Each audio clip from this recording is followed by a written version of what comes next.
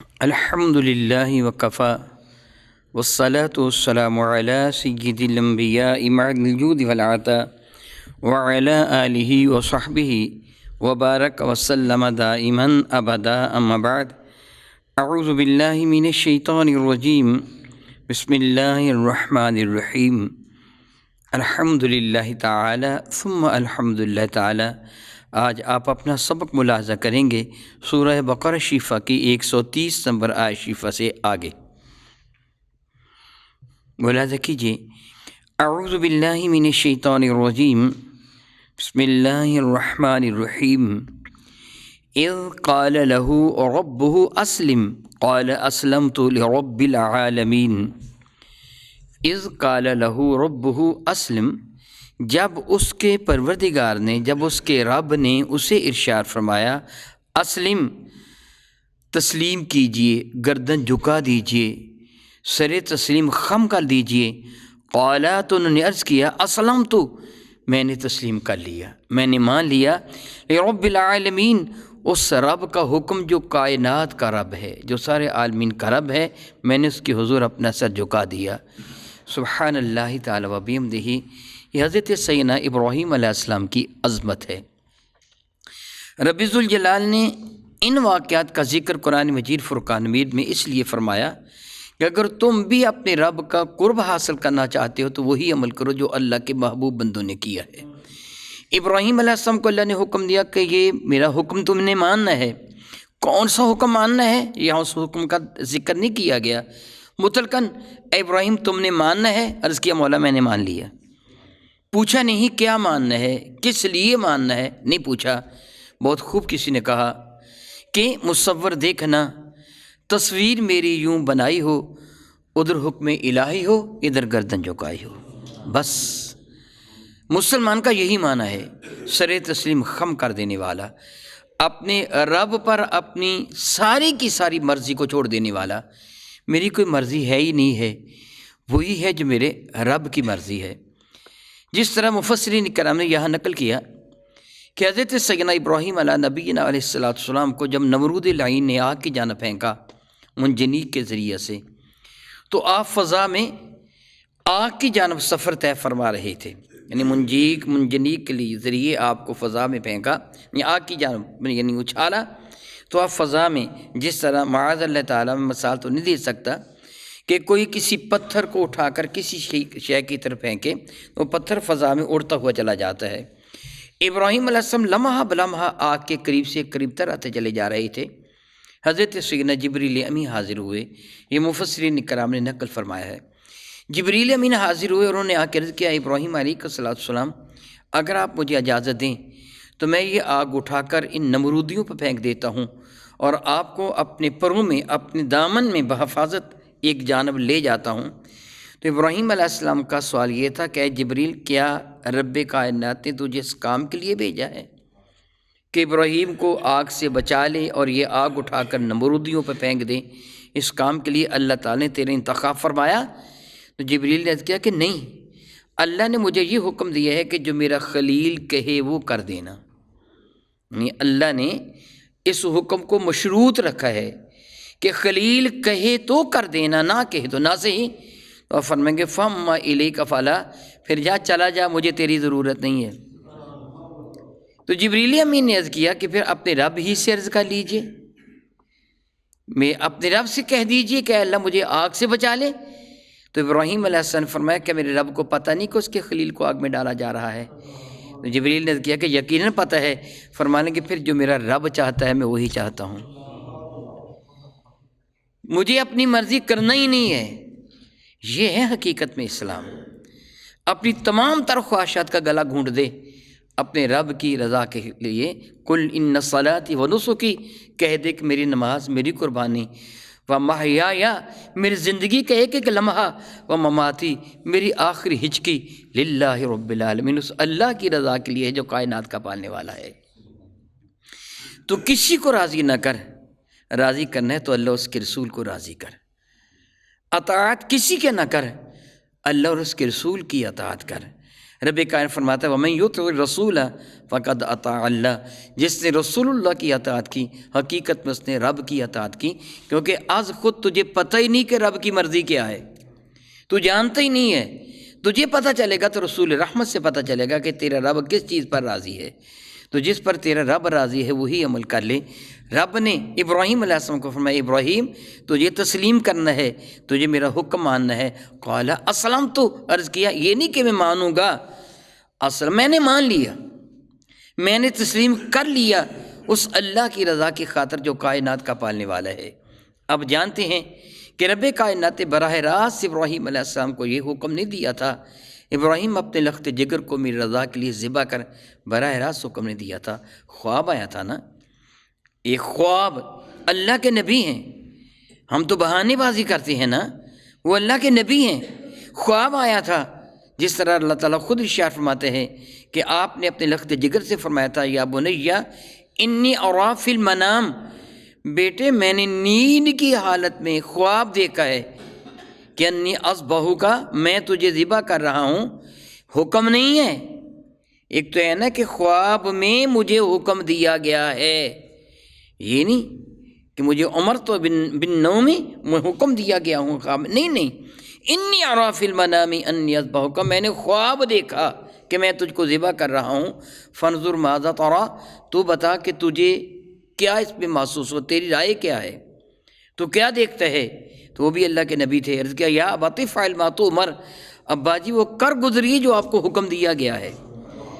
حالانکہ بظاہر تو اللہ کا حکم نہیں ابراہیم نے سنا ہے کہ مجھے خواب میں حکم دیا کہ ابراہیم اپنے بیٹے کو ذبح کر، خواب میں حکم دیا، حکم کا بھی ذکر نہیں ہے، صرف ایک عمل کا ذکر ہے کہ میں نے خواب ایسا دیکھا ہے، تو بتا۔ تو اللہ کے نبی تھے سید اسماعیل، عرض کیا یا ابت افعل ما تؤمر، ابا جی وہ کر گزریے جو آپ کو حکم دیا گیا ہے، ستجدنی انشاءاللہ من الصابرین، اللہ نے چاہا تو میں صبر کرنے والا ہوں گا، آپ مجھے صبر کرنے والا پائیں گے، میں ذبح ہونے کے لیے تیار ہوں۔ سبحان اللہ، یہ ہے اسلام، یہ ہے مسلمانی، کہ اللہ تعالیٰ جل وعلا کے ہر حکم کے سامنے تیرا سر تسلیم خم ہونا چاہیے، عاجزی انکساری کا پیکر بن جا، صرف یہ دیکھ کہ تیری رب کی رضا کس بات میں ہے، کوئی راضی ہو ناراض ہو، کوئی اچھا جانے تجھے برا جانے، کوئی تیری عزت کرے یا توہین کرے، تجھے اس بات کی کوئی پرواہ نہیں ہونی چاہیے، تجھے صرف یہ دیکھنا چاہیے کہ میرا رب کس بات میں راضی ہے، میرے نبی کس بات میں راضی ہیں۔ میرا اللہ ارشاد فرماتے ہیں جب ابراہیم کو حکم دیا اس کے رب نے، یہ بھی نہیں یہاں فرمایا کہ میں نے حکم دیا، سبحان اللہ سبحان اللہ سبحان اللہ، اللہ نے یہ نہیں فرمایا کہ جب میں نے ابراہیم کو کہا، جب ابراہیم کو ابراہیم کے رب نے کہا، وہ تیرا بھی رب ہے، وہ میرا بھی رب ہے۔ لفظ رب کی میں کئی مرتبہ تشریح کر چکا ہوں، ایک لمحہ کے لیے اپنی شان ربوبیت ہم سے جدا کر لیں، ہم دھڑام سے زمین پر گر جائیں گے، بکھر جائیں گے، ہمارے پلے کچھ بھی نہ رہے گا، ہر لمحہ ہم اس کی ربوبیت کے محتاج ہیں۔ ابراہیم علیہ السلام کو اس کے رب نے، اس کے پالنے والے نے کہا کہ تجھے تسلیم کرنا ہے، گردن رکھنی ہے۔ قال اسلمت، عرض کیا مولا میں نے تسلیم کر لیا اس اللہ کے لیے جو کائنات کا پالنے والا ہے۔ میرے کریم فرماتے ہیں ہر مسلمان اپنی، یعنی ہر پیدا ہونے والا مسلمان نہیں بلکہ ہر پیدا ہونے والا ہر بچہ اپنی فطرت کے مطابق پیدا ہوتا ہے، فطرت اسلام ہے، جو اصل فطرت اسلام ہے، یعنی ہر بچہ جو پیدا ہوتا ہے سر جھکا کے پیدا ہوتا ہے، سر کے بل پیدا ہوتا ہے، اور اسلام یہی ہے کہ اپنا سر اپنے رب کی حضور جھکا دیں۔ رب کائنات فرماتے ہیں وَوَصَّىٰ بِهَا إِبْرَاهِيمُ بِبَنِيهِ وَيَعْقُوبَ، اور ابراہیم نے یہی وصیت اپنی اولاد کو بھی کی تھی۔ کون سی وصیت؟ جس کا ابھی میں ذکر کر چکا ہوں کہ اپنے رب کی حضور اپنی گردن جھکا دو، بس اپنی مرضی ختم کر دو، اپنی خواہشات کا گلا گھونٹ دو، تمہارا ہر کام، تمہارا ہر قول، تمہارا ہر فعل اللہ کی رضا کی خاطر ہونا چاہیے، تمہارا کوئی قدم اللہ کی رضا کے خلاف نہ اٹھے، تمہاری ہر سانس اللہ کی رضا میں آئے۔ رب کائنات جل وعلا کے محبوب بندے حضرت ابراہیم علیہ السلام نے یہی وصیت فرمائی، وَوَصَّىٰ بِهَا إِبْرَاهِيمُ بِبَنِيهِ، یہی وصیت فرمائی ابراہیم علیہ السلام نے اپنے بیٹوں کو، وَيَعْقُوب، اور یعقوب علیہ السلام نے بھی یہی وصیت فرمائی۔ وَيَعْقُوبُ با کے اوپر پیش ہے، یعنی فاعل ہے، ابراہیم اور یعقوب ان دونوں نے اپنی اولاد کو یہی وصیت فرمائی۔ اگر یعقوبہ ہوتا تو پھر یہ مانا تھا کہ ابراہیم علیہ السلام نے اپنی اولاد اور اپنے پوتے یعقوب کو یہ وصیت فرمائی۔ ابراہیم پر بھی پیش ہے، وہ بھی فاعل ہیں، یہ بھی فاعل ہیں، یعنی دونوں نے اپنی اولاد کو یہی وصیت فرمائی۔ یعنی حضرت یعقوب علیہ السلام نے بھی اپنی اولاد یعنی اپنے 12 بیٹوں کو یہی وصیت فرمائی تھی کہ میرے بیٹوں کام وہ کرنا جن سے رب راضی ہے، ان کاموں سے گریز کرنا جن سے رب ناراض ہے۔ سبحان اللہ تعالی و بحمدہ، بڑے ہی مختصر جملہ میں سب کچھ کہہ دیا، یعنی صرف اتنا ہی، وہ کام کرو جس سے رب راضی ہے۔ بڑا جامع ہے، بڑا جامع ہے، ساری زمانے کی نصیحتیں اس کے اندر آ گئیں، کوئی بھی باقی نہ رہ گئی۔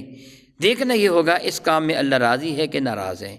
جو کام اللہ کو راضی کر دینے والا ہو اس کو اپنا لو، جو رب کو ناراض کرنے والا ہو اس کو ترک کر دو۔ سبحان اللہ، سبحان اللہ، کتنی جامع وصیت ہے۔ ان اللہ اصطفیٰ لکم الدین، سبحان اللہ تعالی و بحمدہ، سبحان اللہ تعالی و بحمدہ۔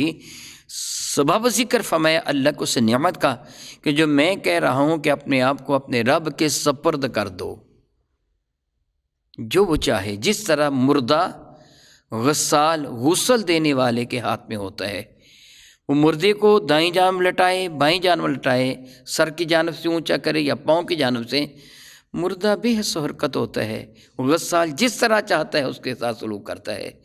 تم اپنے رب کو اپنے رب کے ہاتھ میں اپنے آپ کو دے دو، تو پھر کیا ہوگا؟ وَمَن يَتَوَكَّلْ عَلَى اللَّهِ فَهُوَ حَسْبُهُ، جو اپنے آپ کو اپنے رب کے سپرد کر دیتے اس کا رب اس کے لیے کافی ہو جاتا ہے، پھر وہ کافی ہو جاتا ہے اس کے لیے۔ وَمَن يَتَّقِ اللَّهَ يَجْعَل لَّهُ مَخْرَجًا، جو اپنے رب سے ڈرتا ہے اللہ تعالیٰ اس کی رہائی کی راہیں پیدا فرما دیتا ہے۔ وَيَرْزُقُهُ مِنْ حَيْثُ لَا يَحْتَسِبُ، اور پھر وہ کریم وہاں سے اس کو رزق عطا فرماتا ہے جہاں سے وہ سوچ بھی نہیں سکتا۔ وَمَن يَتَوَكَّلْ عَلَى اللَّهِ فَهُوَ حَسْبُهُ، جو اپنے رب پہ بھروسہ کرتا ہے اس کا رب اس کے لیے پھر کافی ہو جاتا ہے۔ مَن كَانَ لِلَّهِ كَانَ اللَّهُ لَهُ، جو اپنے آپ کو اپنے رب کے حوالے کر دیتا اس کا رب اس کے لیے کافی ہو جاتا ہے۔ سبحان اللہ تعالی و بحمدہ۔ تو فرمایا کہ اے میرے بیٹو، میں نے یہ کیوں تمہیں کہا ہے؟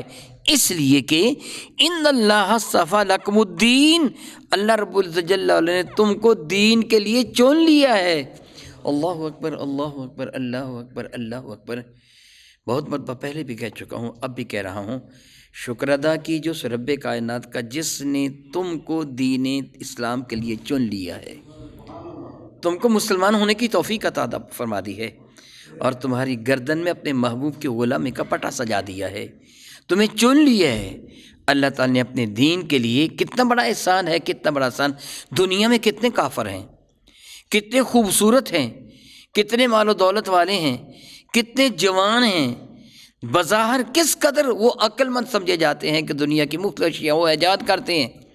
کافر کتنے بڑے بڑے سائنسدان ہیں، کیا کچھ انہوں نے ایجاد کیا، مگر رب کائنات نے اپنے محبوب کے غلاموں کے لیے تمہارا انتخاب فرمایا ہے، تمہیں چنا ہے، اپنی محبت کے لیے، اپنے نبی کی محبت کے لیے تمہیں چنا ہے۔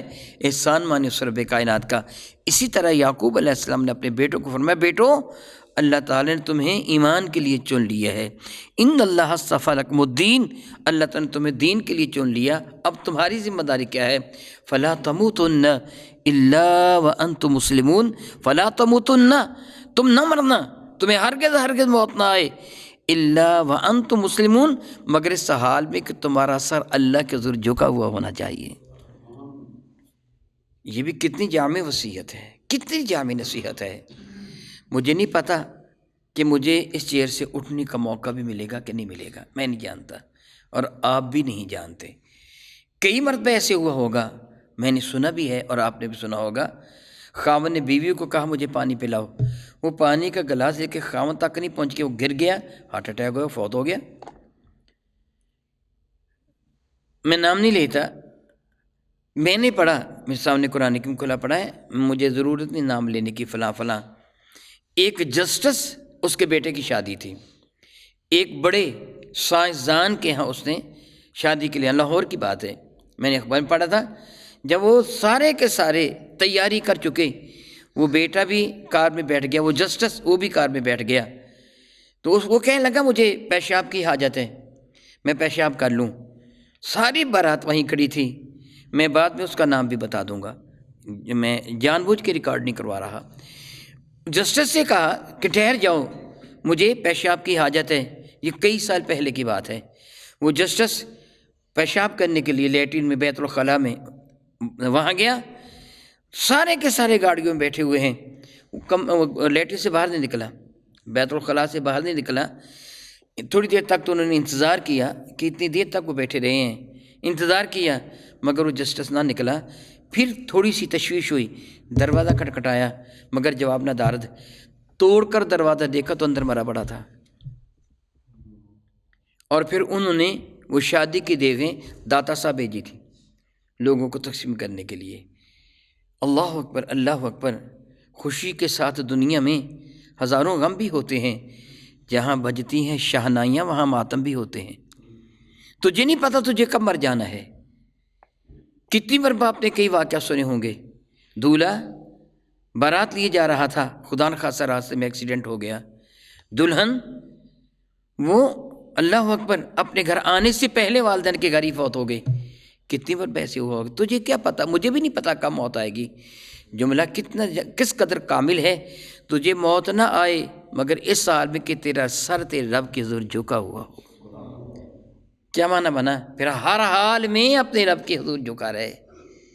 میرے کریم آقا رسول عربی شفیع معظم رحمت عالم کا ایک ارشاد گرامی قدر ہے، اللہ تعالیٰ کے حضور بہترین گناہ گار وہ ہے کہ جو گناہ نہ کرے مگر اس سے گناہ ہو جائے تو فوراً توبہ کر لے، کہیں مجھے موت نہ آ جائے۔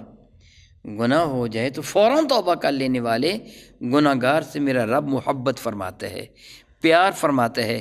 ایمان والے کی یہی خصوصیت ہونی چاہیے، وہ حتی الامکان اپنے آپ کو گناہ سے بچائیں۔ اگر خدا نخواستہ اس سے گناہ ہو جائے تو جس قدر جلدی ہو سکے وہ توبہ کر لیں، کہیں ایسے نہ ہو جائے کہ گناہ کے بعد اس کی موت آ جائے۔ اللہ یعوذ باللہ تعالیٰ ثم اللہ یعوذ باللہ تعالیٰ۔ آپ نے ارشاد فرمایا فلا تموتن الا وانتم مسلمون، تمہیں موت نہ آئے مگر اس حال میں موت آئے کہ اسلام پر تمہاری موت، یعنی تمہارا سر اللہ تعالیٰ کے حضور جھکا ہوا ہو۔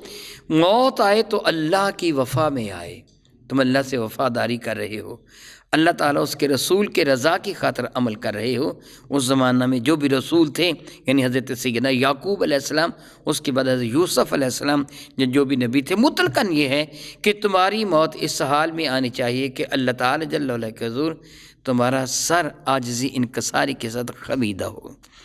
میں دعا کرتا ہوں کہ رب کائنات ہم سب کو جو موت عطا فرمائے وہ حالت سجدہ میں عطا فرمائے۔ اللہ تعالیٰ جل وعلا کے حضور ہمارا سر جھکا ہوا ہو جب ہماری جان، ہماری روح قفس انصری سے پرواز کرے۔ رب ذوالجلال ارشاد فرماتے ہیں ام کنتم شہداء اذ حضر یعقوب الموت، کیا تم حاضر تھے جب یعقوب علیہ السلام کی خدمت میں موت حاضر ہوئی؟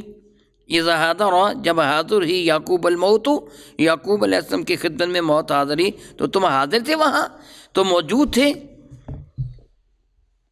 مفسرین اکرام فرماتے ہیں یہ یہود و نصارہ کا ایک دعویٰ تھا جس کی تردید ہے کہ یعقوب علیہ السلام نے بوقت وفات اپنی اولاد کو وصیت کی تھی، جس طرح وہ کافر کہتے تھے، یہود و نصارہ جو کہتے تھے کہ ہم کسی اور نبی کو نہیں مانیں گے سوائے اس نبی کے جو بنی اسرائیل سے ہو، یعقوب کی اولاد سے جو نبی ہوگا اس کو مانیں گے، جو یعقوب کی اولاد سے نبی نہیں ہم اس کو نہیں مانیں گے، میرے نبی کا انکار کرتے تھے۔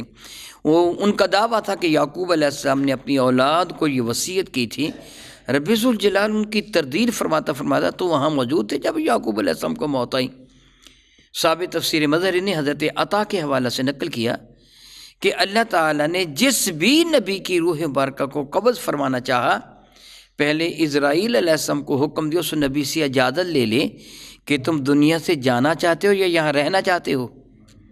سبحان اللہ تعالیٰ بحمدہ، گویا انبیاء علیہ السلام کو یہ فضیلت حاصل ہے کہ ان کی خدمت فیض درجت میں اسرائیل حاضر ہو کر اجازت لیتے ہیں روح مبارکہ کو قبض فرمانے کی، کہ اگر آپ اجازت دیں تو روح مبارکہ کو قبض کیا جاتا ہے۔ صاحب تفسیر مظہری نقل کرتے ہیں کہ یعقوب علیہ السلام کی خدمت میں اسرائیل حاضر ہوئے موت کا پیغام لے کر، تو آپ نے فرمایا ٹھہر جاؤ میں اپنی اولاد کو وصیت کر لوں۔ جب تک آپ نے وصیت مکمل نہیں فرمائی اسرائیل ٹھہرے رہے۔ رب کو یہی منظور تھا۔ تو آپ نے اپنی اولاد کو وصیت فرمائی، اور بعض مفسرین کرام نے مطلقاً یہ بھی فرمایا ہے کہ حضرت مصطفیٰ کریم صلی اللہ علیہ وسلم کو رب ذوالجلال نے ارشاد فرمایا، اے محبوب مکرم علیہ الصلاۃ والسلام، کیا تم وہاں موجود تھے جب حضرت یعقوب کو یہ موت آئی اور انہوں نے اپنے بیٹوں کو وصیت فرمائی؟ یعنی اے امت مسلمہ، یہ سارے کا سارا واقعہ اللہ تعالیٰ اپنے محبوب کو بتا رہا ہے، اور ان کے توسط و وسیلہ سے تم کو اس کی خبر ہو رہی ہے۔ یعنی تم اس وقت موجود نہیں تھے، یہ اللہ تعالیٰ جل وعلا کی دی ہوئی خبر ہے جو رب کائنات نے اپنے محبوب مکرم کے توسط سے تمہیں عطا فرمائی۔ ام کنتم شہداء، کیا تم وہاں موجود تھے، اذ حضر، جب حاضر ہوئی یعقوب الموت، یعقوب علیہ السلام کی خدمت میں موت، اذ قال لبنیہ، جب آپ نے اپنی اولاد کو فرمایا، ما تعبدون من بعدی، مجھ کو بتاؤ میرے بعد تم کس کی عبادت کرو گے۔ اللہ اکبر، اللہ اکبر، اللہ اکبر، یہ شان نبوت ہے۔ دنیا میں کوئی بندہ مرتا ہے اس کو فکر ہوتی ہے، بیٹے تو میری مل کیسے چلائے گا، فیکٹری کیسے چلائے گا، جائیداد کو کس طرح تو تقسیم کرے گا، بہن بھائیوں کا تو کیا خیال رکھے گا، اپنی ماں کو خاوند پوچھے گا، ماں پوچھے کہ اپنے ابے کے ساتھ کیسا سلوک کرے گا، اپنے بہن بھائیوں کے ساتھ کیسا سلوک کرے گا، یہ کام کاج جو میں نے تجھے بنا کے دیا اس کے ساتھ تو کیا رویہ اختیار کرے گا۔ مگر اللہ کے نبی بیٹوں سے کیا سوال فرماتے ہیں، سبحان اللہ، میرے بعد تم عبادت کس کی کرو گے؟ یعنی کیا صراط مستقیم پہ رہو گے؟ تو میرے ساتھ وعدہ کرتے ہو کہ تم صراط مستقیم پہ رہو گے اور اپنے اس وعدے کی پاسداری کرو گے؟ پوچھا ما تعبدون من بعدی، کس کی تم عبادت کرو گے میرے بعد؟ قالو، تو انہوں نے عرض کیا، نعبد الہک و الہ آبائک، سبحان اللہ تعالی و بحمدہ، رب ملتا ہے نبی کے صدقہ سے۔ نبی کو درمیان سے نکال دیں تو رب کائنات جل وعلا کے حضور مردود ٹھہرتے ہو، رب قبول ہی نہیں کرتا۔ شیطان رب کو مانتا ہے لیکن نبی کو نہیں مانتا، مردود بارگاہ ہے، اس کی کوئی بھی عبادت قبول نہیں۔ تو ان کے وفاشعار بیٹوں نے اپنے ابا حضور کی خدمت میں کیا عرض کیا، قالوا نعبد الہک، ابا جی ہم عبادت کریں گے اس کی جو آپ کا رب ہے۔ رب تو ان کا بھی تھا، الہ تو ان کا بھی ہے، لیکن سبحان اللہ و بحمدہ، یعنی جو آپ کے وسیلہ سے ہمیں ملا ہے، جس کی خبر آپ نے دی ہے۔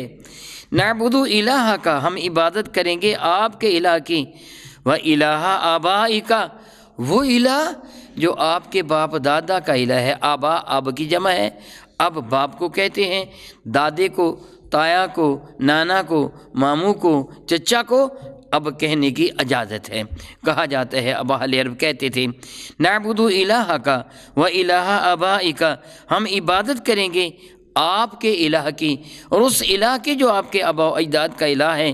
وہ کون ہیں آپ کے آبا و اجداد؟